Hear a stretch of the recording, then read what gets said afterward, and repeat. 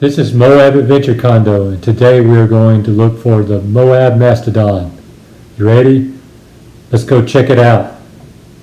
So the main thing you need to do is go 3.5 miles from where you first turn on to Cane Springs Drive at the McDonald's.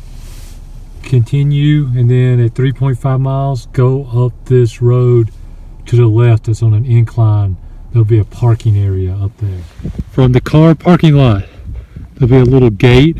Just walk around the gate. Follow the old trail down and around. And you'll come up to the left. Keep following the trail. And you will continue that way. Continue down the ATV trail for 2 power poles. 1, 2. There'll be a rock outcropping, and then when you get to the second rock outcropping, you'll find the Moab Mastodon. There's a lot of graffiti here. There's also a lot of other etchings, pictographs. Another interesting thing about this hike are the large cliffs in the area.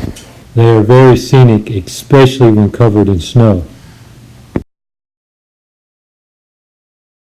You may find that some of the other panels in the area are more interesting than the Moab Mastodon. So just explore a little bit, see what you can find. If you like this video, check out more of them at moabadventurecondo.com.